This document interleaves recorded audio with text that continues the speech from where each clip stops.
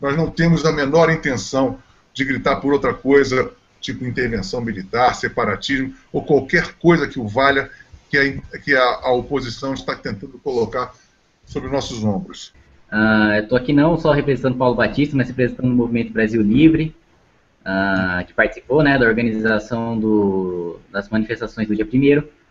E eu acho que a primeira coisa a pontuar é que nós não defendemos intervenção militar e nós não vamos para as ruas também para pedir separatismo, porque isso é exatamente o que a mídia quer. E isso se provou, inclusive hoje eu lancei um vídeo mostrando que Gustavo Uribe, o jornalista da Folha, que noticiou a nossa manifestação dizendo que havia cerca de 1000 pessoas e que nós estávamos pedindo intervenção militar, é amigo do Delúcio Soares, ex-tesoureiro do PT, que foi condenado, julgado e preso. E ele e o Gustavo Uribe é amigo do Ricardo Chapola, o que fez a reportagem no estado de São Paulo, dizendo que havia cerca de 1000 pessoas e que nós estávamos pedindo intervenção militar.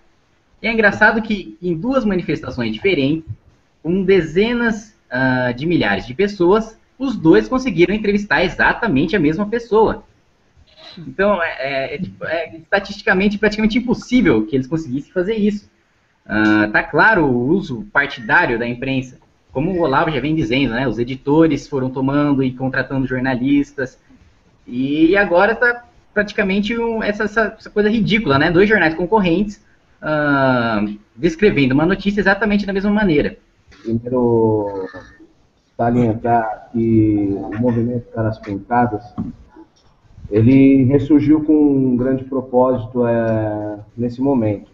Nós repudiamos a intervenção militar e qualquer tipo de separatismo. O que acontece? O objetivo aqui não é rachar o Brasil. Inclusive, quem colocou essa questão da questão do separatismo de Sul e Nordeste foi o próprio PT, foi o próprio Lula que jogou uma fagulha ali num palheiro, e quer dizer que a própria mídia, por aproveitar a questão de todo o sensacionalismo, aproveitou toda essa condição. Agora, os Caras Pintadas não estão envolvidos nessa condição, não, tá? Tem uma coisinha que eu queria dizer. Se aparecer alguém nessa passeata falando queremos intervenção militar ou queremos separatismo, etc., eles que falem. Mas eles, como para usar a frase correta, eles não nos representam. Nós vamos isolá-los num canto. Fala o que quiser, mas fala no seu canto. Não põe a palavra na nossa boca. Eu acho legal também falar sobre a pauta da manifestação. E o que nós estamos reivindicando? A gente, como eu já disse, não estamos reivindicando intervenção militar nem separatismo. A gente reivindica uma imprensa livre, independente, sem essas regulamentações, como o PT diz, democratizar a mídia, que democratizar não deixa de ser uma palavra bonitinha para censurar a mídia. E transparência e lisura nas investigações de todos os crimes ocorridos na Petrobras, Correios, né, esse uso político das empresas estatais que vem sendo feito há anos pelo PT. E auditoria das urnas eletrônicas utilizadas nas eleições. Não adianta pedir recontagem de voto, porque o que vai acontecer é que vão recontar os votos e vão simplesmente legitimar a candidatura à eleição da presidente Dilma. A gente precisa de uma auditoria, o processo precisa ser completo, não assim de recontagem. Deixar muito claro para o público que tem que ser um outro tipo de método, e não recorrer ao mesmo método da fraude, para poder simplesmente corroborar a fraude, não é verdade? Exatamente. Isso só iria legitimar a fraude, né? Então a gente tem que pedir especificamente isso. Pedir recontagem de votos não adianta. Que o PT não é simplesmente um partido que rouba dinheiro, né? Que as pessoas, no imaginário popular, os partidos são iguais e só uns roubam mais que os outros, mas o PT é um partido diferente, porque é um partido totalitário. Ele não rouba o nosso dinheiro apenas, ele rouba a nossa liberdade. E é exatamente por isso que a gente está nas ruas, para reivindicar investigações acerca do Foro de São Paulo também, que é uma instituição internacional criminosa que não deveria influenciar na nossa política, não deveria influenciar na política de nenhum país da América Latina. O Felipe Moura Brasil tem um artigo muito bom, que me lembro bem, era o Conheça o Inimigo do Brasil. Perfeito. E ele explica lá exatamente, passo a passo, para você entender completamente o que é o Foro de São Paulo, como surgiu, quais são os objetivos do Foro. Mas eu acho que a gente falou muito pouco de por que as pessoas precisam ir para a rua, né? Por que as pessoas que estão nos assistindo agora devem não só participar, né, como chamar os seus familiares, chamar os seus amigos para que vão às ruas, né, seja aqui em São Paulo, seja nos outros estados que isso está acontecendo, né? Muitas vezes o que eu vejo é um descrédito muito grande, né? As pessoas acabam desistindo de lutar antes mesmo de lutar, né? E assim, naquela história, a urna vai estar sempre viciada, sempre vai ter uma jogada no STF, mas é possível vencer, né? De ter no meu currículo, no currículo do Movimento Viva Brasil e de todos que nos apoiaram, uma grande vitória contra o Partido dos Trabalhadores, que foi o referendo de 2005, né? Onde ninguém acreditava que a gente venceria, né? Muitos até dos nossos não acreditavam nisso, e nós fomos lá e vencemos, né? Precisa ter a consciência de que nós não estamos tratando com um governo que vai respeitar ou respeita o voto popular. Nós não estamos representando um partido, uma facção, nós estamos representando o povo brasileiro, 200 milhões de pessoas. Nós não conseguimos unificar nem controlar tudo isso e nem devemos. Nosso dever é libertar e não controlar. Então, deixa a coisa andar, pode vir a anarquia. Inclusive, quando reclamam, olha, entrou aqui o sujeito, esse é um oportunista, eu não gosto dele, etc. Tudo isso é bobagem, gente. Nós temos que unificar todo mundo, está todo mundo contra o PT. Por quê? Veja, o que nos impuseram, que goela abaixo, foi uma apuração secreta. Esse é o maior escândalo eleitoral de todos os tempos, em todos os países. Não adianta ter, como é que se diz, recontagem de votos, nem coisa nenhuma. A própria ideia da apuração secreta é ilegal e criminosa. Quer dizer, essa eleição é ilegal não agora, ela foi ilegal desde o início. Então, nós não podemos aceitar isso de jeito nenhum. Ninguém pode aceitar isso aí. Perfeito. Agora, tem gente dizendo, não, pedir impeachment antidemocrático. Peraí, agora a apuração secreta virou democrático e impeachment, que é o instrumento democrático mais clássico que existe, virou antidemocrático. Estão nos impondo um absurdo. Quem está contra o absurdo? Todo mundo que é capaz de raciocinar, todo mundo que tem QI acima de 12,5 está contra isso. Nós não conseguiremos unificar nem controlar isso, e nem é preciso.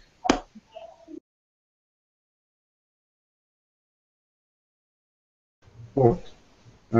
Segunda coisa, vamos direto ao ponto, que é o manifesto do dia 15. Eu tenho orientado as pessoas a não ficar propagando essas ameaças dos petistas, e sim, e nos encaminhar essas ameaças que nós orientamos diretamente para os delegados federais que estão acompanhando, delegados da Polícia Civil.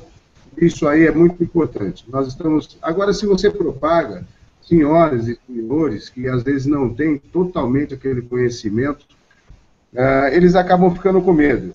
Então, na experiência de manifestação de rua, nós temos bastante. E aí, no decorrer desse hangout, a gente vai poder explicar como agir no dia 15, já está toda a segurança aparelhada. Falei com o comandante hoje da Polícia Militar do Estado de São Paulo, e o choque vai estar lá, a Polícia Militar vai estar em limpeza, então o cidadão brasileiro, tudo bem, pode comparecer com a sua família, não vai ter problema nenhum, como não ocorreu no dia 1º, e nem um papelzinho nós vimos na rua, porque as pessoas são muito educadas, graças a Deus, do nosso lado. Depois teve o negócio do passe livre, que é o passe dos vendidos. Nós já estávamos fazendo manifestação e a mídia estava... Nós fazíamos manifestação no MASP e eles faziam na Praça do Ciclista. A mídia deu foco para eles e eles começaram a ganhar o corpo, pegaram uma molecada que não tem muita experiência e foi no embalo e começaram a fazer suas manifestações. Tanto que no 5º ato eu apareci num vídeo que eu fui com um advogado e uma pessoa, uma mulher do Revoltados Online, que seria bom ter uma mulher, com uma faixa. Lula, o câncer do Brasil, investiguem o chefe da quadrilha. E aí começaram a gritar que eu era de direita, que era do PSDB e tudo mais, tentaram nos intimidar, é difícil de intimidar, e aí apareceu nessa situação. E o Zé Dirceu, que estava lá passando férias na Papuda, e agora já está em casa, ele é que contrata essas pessoas para ficarem na frente das manifestações, incitando o público praticar violência ou coisas assim parecidas. Referente à segurança, eu estou aqui com... Isso é muito importante, Marcelo. Eu estou aqui com o documento que já foi protocolado na Polícia Militar do Estado de São Paulo, está aqui o protocolo, que foi no dia 6, tá? Tem uma reunião com o comandante-geral da Polícia Militar, que nós vamos ter que fazer uma comissão aí, para ir conversar com ele, para ele nos orientar. Revoltados Online também já tem a sua equipe de segurança infiltrada também para caracterizar. Então, fiquem tranquilos, eu falo para vocês com tranquilidade. Não vai acontecer nada, eles não vão fazer nada. A única coisa que eles querem fazer na rede social é colocar medo em vocês, que não tem experiência, colocar medo naquelas famílias, para não ir às ruas. Pode ter certeza que às 2h da tarde não vai acontecer nada. E a gente vai fazer um grande manifesto, sim, se possível, com a graça de Deus, a gente vai colocar um grande trio elétrico, o maior trio elétrico do Brasil. É uma vontade minha, uma ânsia de colocar. A gente também está querendo passar esse manifesto online pela internet, assim o Olavo pode ver e tudo mais. Na realidade, vai ser a grande festa da nossa vitória, que nós vamos conseguir derrubar esses bandidos do poder. Nós temos mais de 50 caravanas confirmadas. Então, não precisam ficar com medo daquela situação, porque é isso que o PT quer. E eles ficam tirando o sarro da sua cara enquanto você fica com medo. Tá? E 2h da tarde não vai ter ninguém lá. Vai ter um monte de policiais militares nos aguardando para nos proteger. Ok? Isso é fato. Pode levar seus filhos, que eu vou levar os meus, não tem nenhum problema. Então, o Fábio vai levar a esposa dele que está grávida, isso é fato. Então, a gente pode conseguir, com a força do povo, o poder emana do povo. Sempre, um jargão que a gente vem usando é: juntos somos mais fortes e com Deus na nossa frente somos imbatíveis. O povo, automaticamente, depois do dia 26, se sentiu enganado, se sentiu lesado com as urnas eletrônicas. Tá? É ponto, é chave. E em cima disso, a gente sabe que não tinha outra saída a não ser proclamar que o povo saísse às ruas, porque o poder emana do povo. Nós precisamos realmente estar unidos, como você disse. Nós precisamos, sim, comprovar que as urnas eletrônicas são fraudáveis, porque nós somos obrigados a votar, mas também nós temos o direito de saber se fomos enganados ou não. Não adianta ter auditoria referente igual do TSE e inclusive do advogado do PT, o Dias Toffoli. Ele é advogado do PT, ele foi colocado lá no Tribunal Superior Eleitoral para simplesmente advogar para o PT. Então, a questão das urnas eletrônicas é uma questão muito grave, nós temos que estar atentos. Houve sim fraudes, porque nós tivemos no Revoltados Online mais de 18 mil e-mails relacionados a fraudes. E essa revolta, Globão, ela surgiu naturalmente, porque o povo já não é mais bobo. Graças a Deus nós temos a rede social, nós temos a internet para passar informação. E é muito claro isso, porque nós temos dentro do nosso processo eleitoral uma situação que as urnas foram implantadas em 1997. E pela legislação das urnas, elas teriam que imprimir o voto. Mas não é para você imprimir o voto e levar para sua casa para você realmente barganhar com o seu político, coisa parecida. É para colocar numa outra urna. E em 2008, 2006, se eu não me engano, não me falha a memória, aquele senhor de 9 dedos, que rouba mais do que quem tem 10, ele instituiu que tirasse essa parte da lei para colocar só a urna eletrônica. Isso muita gente não sabe. Outra coisa que muita gente não sabe é que, na legislação eleitoral, as urnas eletrônicas têm uma validade de 10 anos. E essas urnas já passaram da validade. Estão vencidas já as urnas eleitorais. Isso automaticamente já dá,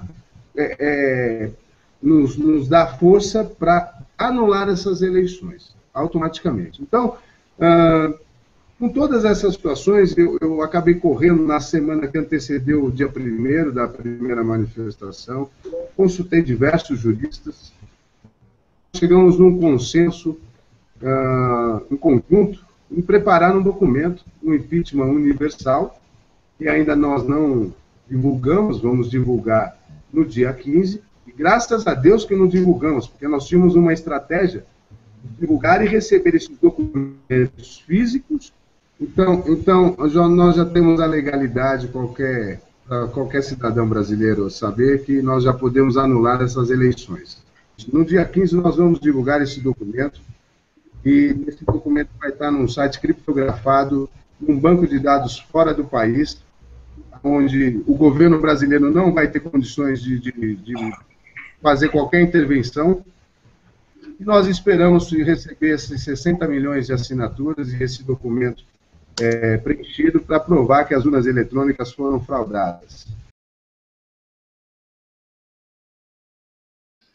Para falar da Smartmatic, eu tenho que falar do Fórum de São Paulo.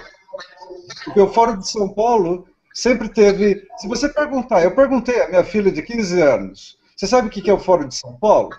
Ela me fala, é uma revista. E o Fórum precisava de uma arma para ser eficiente. Essa arma se chama democracia. Eles usam democracia para destruir a democracia. É um falso absoluto, né? Com certeza, porque o que eles querem é isso, criar essa hegemonia tosca, ok? Mas hegemonia na América Latina. É que o Fórum precisava de uma ferramenta. Okay? E essa ferramenta foi criada nos porões do G2.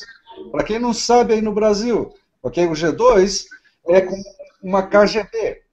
São espiões. A especialidade deles é essa, é enganar, é mentir, é corromper. A Smartmatic nasceu na Venezuela. Era uma empresa insignificante. Mas eles precisavam dela como testa de ferro. Da noite para o dia, foi injetado 120 milhões de dólares nessa empresa. E ela passou de fazer manutenção em ATM, dessas de tirar dinheiro, para serem líderes em máquinas de voto eletrônico.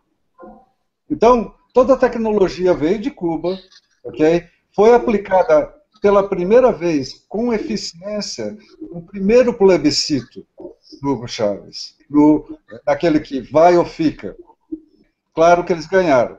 Eu lembro o seguinte, quando houve eleição na Venezuela, a própria mídia brasileira falou da possibilidade de fraude por causa da Smartmatic. Agora, quando vem a Smartmatic no Brasil e faz a mesma coisa que fez na Venezuela, eles dizem que protestar contra isso é antidemocrático. Então, quer dizer, na Venezuela não pode, mas aqui pode. O precedente para o Brasil, que a gente tem que prestar muita atenção, foi o autogolpe do Hugo Chávez também. Foi assim que ele dominou os militares lá, ok? Foi criado um autogolpe, e esse autogolpe era com um único propósito, obter o apoio dos militares. Então, os militares no Brasil, fiquem atentos, porque isso pode acontecer aí. E atento todo mundo também na rua. A empresa Smartmatic foi contratada em 2012 pelo TSE com licitação, está publicado, não é invenção minha. Que houvesse algum político com bolas para perguntar, ok, da tribuna do Senado, o porquê contratar uma empresa como a Smartmatic, nesse universo de empresas que existe, especializadas nisso, o porquê uma empresa venezuelana, deixa eu deixar bem claro, essa empresa é da Venezuela, com referência de que fraudou todas as eleições da Venezuela, fraudou nas Filipinas, tentou fraudar em Chicago, foi pega, foi banida dos Estados Unidos. Olha onde ela controla as eleições também. Bolívia, Nicarágua e Equador. Todos os países onde agora você tem esse ditador vitalício, porque é isso que a Smartmatic oferece, você não perde eleições. Quem controlava tudo isso? Smartmatic, dentro do TSE, ok? Depois da emissão de todos os pacotes de todos os pontos do Brasil, isso aí vai para um ponto central, gente. Quem estabeleceu essa intranet? Smartmatic. Quem era responsável pela operação da intranet? A Smartmatic. Então, tem todo esse papo aí, a fraude, porque foram 400 votos lá em Quixaramubim, ou outros 100 votos. No Brasil existem layers de fraude. Camada em cima de camada em cima de camada. E tem os erros pontuais. A gente está falando aqui de máquinas, gente, ok? E às vezes dá errado. Então, descontando tudo isso, para ter uma fraude a nível nacional, ok? Com a magnitude que teve essa, só tem um local, tá? Chave para tudo. E para quem não conhece muito de informática, a criptografia usada, ok, pelo TSE, quando foi estabelecida essas urnas que é de primeira geração, o TSE decidiu por uma chave de criptografia só. Eles alegavam, ok, que é muito mais difícil um ataque frontal contra uma criptografia, ok? Até aí, até concordo. Mas aí eles pegaram essa criptografia, ok, e tiveram que dar para a Smartmatic, porque são eles que calibram as urnas, são eles que fazem a tabulação. É a mesma coisa que pegar um ladrão de banco e falar, ó, tá aqui a chave, cuida do banco para mim. Então não precisa hacker, não precisa absolutamente nada. Tudo é feito calibradamente, ok? Com precisão cirúrgica. Tanto é assim, olhem publicados os estados que a Smartmatic ficou responsável nesse esquema do TSE. Minas Gerais, Pernambuco, Rio de Janeiro. É suspeito ou não? Então eu queria que alguém perguntasse, e é uma pergunta simples, pela essência dela, o que faz a empresa Smartmatic dentro do TSE? Pelas mãos de quem? Com que intenção? E me respondam. Quer dizer, isso é uma fraude monstruosa. Não é porque roubou um votinho aqui, um votinho ali. Não, o sistema inteiro foi fraudado. E eles querem o plebiscito, professor. Para quê? Por que eles querem o plebiscito dessa forma? O plebiscito é Smartmatic, de novo. Exato. Quem tiver essa ferramenta ganha qualquer eleição. O que a gente precisa é eliminar a Smartmatic da equação. Ok? Porque a arma do Fórum de São Paulo, a maior arma, mas também o calcanhar de Aquiles do Fórum de São Paulo, ok? É a Smartmatic. Nos enganar é um instrumento que nós vamos usar para derrubá-los. Exatamente. Então é com uma grande indignação que o brasileiro vai sair dia 15 na rua, ok? Porque eu não sou palhaço. Eu cansei de ser palhaço. Mais de 10 anos atrás, o senhor Fernando Henrique Cardoso e o Cristóvão Buarque disseram que não havia nenhuma divergência entre os seus respectivos partidos no que diz respeito à ideologia ou estratégia, que havia apenas a disputa de cargos. Desde então, aconteceu que o debate político nacional foi reduzido a duas questões: corrupção e má administração. Isso é a mesma coisa que reduzir a presidência da República a uma prefeitura de interior. Corrupção e má administração são temas de disputa local. Se você abole a ideologia e a estratégia, acabou o debate político, sobrou apenas o debate administrativo, por assim dizer. Ora, a mesmíssima coisa aconteceu durante a ditadura. Durante a ditadura não se podia fazer política. Então, o que quem estava na oposição fazia? Discutia corrupção e má administração. Eles implantaram de novo o mesmo sistema, tá certo? Por um acordo entre esses dois partidos, e isso acabou com a política nacional. Então, quer dizer, estamos numa situação novamente ditatorial, onde só podemos discutir questões apolíticas. Isso é fundamental. Tá? Por outro lado, você vê aqui, este acordo envolveu a mídia inteira. a mídia inteira é, de certo modo, antipetista, mas é a favor desse acordo e quer manter a oposição dentro desses limites. Se vocês verem tudo que se falou contra o PT nos últimos 10 ou 15 anos, é só esses dois pontos. Corrupção e má administração. Não se fala de Foro de São Paulo, não se fala da estratégia militar para ocupar a América Latina, não se fala de nada. E quando se fala, por exemplo, de Hugo Chávez, é como se o Hugo Chávez estivesse num outro mundo, num outro país. Quando, na verdade, o Hugo Chávez é uma criatura do Lula.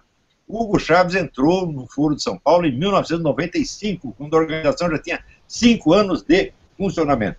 E o Lula, no seu discurso de 15º aniversário do Foro de São Paulo, confessou: fomos nós que colocamos o Hugo Chávez no poder.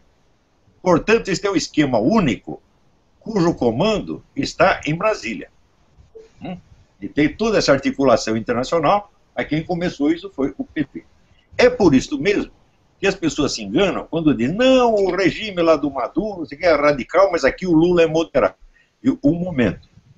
O Lula e o PT têm que ser moderados, por quê? Porque eles estão no comando do processo. Eles estão no centro. Então, assim como um general não desce no campo de batalha para tomar chumbo, mas fica em cima de uma montanha observando, tá certo? Fica no fundo e no alto, exatamente esta a relação de forças no momento. Tá certo? O PT é o comando do Foro de São Paulo. E, portanto, ele não pode ir no mesmo passo acelerado que vão os seus comandados. Ele tem que ficar atrás. Tá certo? Mas tudo que está acontecendo na América Latina, por exemplo, agora o general Paulo Chacas disse: olha, Venezuela virou uma base militar russa na América Latina com 500 mil milicianos armados. Quem fez isso? O PT. O Foro de São Paulo fez isso. E foi o PT que fez isso. Né? Agora, note bem, eu vou ler aqui a mensagem do general Paulo Chagas. Vamos supor que o exército brasileiro resolve fazer uma intervenção depondo Dilma e o PT do governo. O que acontece depois? O PT volta com a cavalaria do Foro de São Paulo, Maduro, Fidel Castro e companhia. A Venezuela é hoje uma base militar russa na América Latina, seu poder bélico tem aumentado de forma gigantesca e já possui mais de 500 mil milicianos venezuelanos e estrangeiros. Demonstram toda hora a intenção de invadir países no resto da América Latina. Então, as forças armadas são muito superiores às forças armadas do Brasil, tanto em número de homens quanto em estrutura. O Hugo Chávez investiu muito nas forças armadas, enquanto as nossas foram sucateadas. E, além disso, o PT seria ainda apoiado por Obama, que já se posicionou como aliado de Dilma, e seriam também apoiados pela ONU, pelos políticos, pela Globo, por toda a mídia, pela OAB. E aí o que acontece? Dilma volta todo poderosa ao poder, nos braços do povo comovido, o exército brasileiro se lasca, sendo demonizado e acusado de golpe de Estado, sendo presos seus oficiais e substituídos por um exército vermelho da confiança do PT. Essa análise está certíssima, do ponto de vista factual. Eu mesmo, há meses, venho dizendo: no caso de uma intervenção militar, não teremos uma guerra civil, mas teremos uma guerra stricto sensu, uma guerra internacional. Eu estou dizendo isso há meses. Agora, acontece, como chegamos a esta situação? 20 anos atrás eu ia no clube militar, na Escola de Comando de Estado-Maior do Exército, na Escola de Guerra Naval, tudo quanto é instituição militar, e dizia exatamente isso. Nós estamos com um plano de ocupação político-militar da América Latina. O que respondiam os iluminados generais? Não, isso não vai acontecer, quando chegar na hora do pega para capaz, tudo sai correndo, nós estamos preparados, ou seja, na época não faziam nada porque não havia perigo. Hoje não fazem nada porque o perigo é excessivo. Você está entendendo? Isso acontece por quê? Porque este pacto que eu falei criou uma hegemonia mental. Obriga as pessoas a pensarem dentro dos padrões que são necessários para a consecução da estratégia do Foro de São Paulo. E até os inimigos do Foro de São Paulo pensam do mesmo jeito. Na época, o que queriam? Que o pessoal pensasse que não havia perigo. Hoje, o que querem? Pensam que o perigo é excessivo, que não se pode intervir. Estão entendendo? Então, isso é uma confusão mental desgraçada. Agora, quando o general descreve as coisas assim, eu digo: tem razão, já está muito perigoso, por isso as Forças Armadas não podem interferir. Agora, o senhor acha que amanhã ou depois vai estar melhor? Ao contrário. Se hoje uma intervenção militar é impossível, daqui 6 meses será mais, e no ano seguinte será mais, e daqui 2 anos as nossas Forças Armadas vão estar inteiramente subjugadas a esse esquema de Maduro, Fidel Castro, etc, etc, etc. Quanto mais tempo se espera, pior a situação. Muito bem, general. O senhor não precisa fazer nada, nós não queremos intervenção militar. Nós, o povo, vamos fazer o que vocês não tiveram coragem de fazer. Vocês têm a obrigação de intervir quando se revelou a existência do Foro de São Paulo. Naquele momento tem a obrigação de intervir. Agora não tem mais, porque agora vocês não podem mais. A de impossibilia nemo tenetur, ninguém é obrigado ao impossível. Eles não podem fazer uma intervenção militar porque vocês vão morrer. Tá certo? Mas nós, o povo, nós não temos medo de morrer. Vocês têm. Vocês, os fardados, têm. Nós não temos. Então fiquem nos seus quartéis, não nos amolem, fiquem aí bem escondidinhos e nós faremos o que vocês deveriam ter feito. Nós, o povo, vamos fazer isso nas ruas, por meios democráticos. Note bem, intervenção militar é uma coisa que não se pede. Nunca se pede.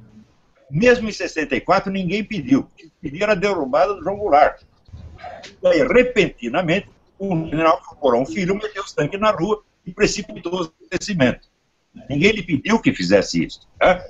Não tinha nas ruas, ninguém pediu. O exército veio nos socorrer. Ninguém fez isso.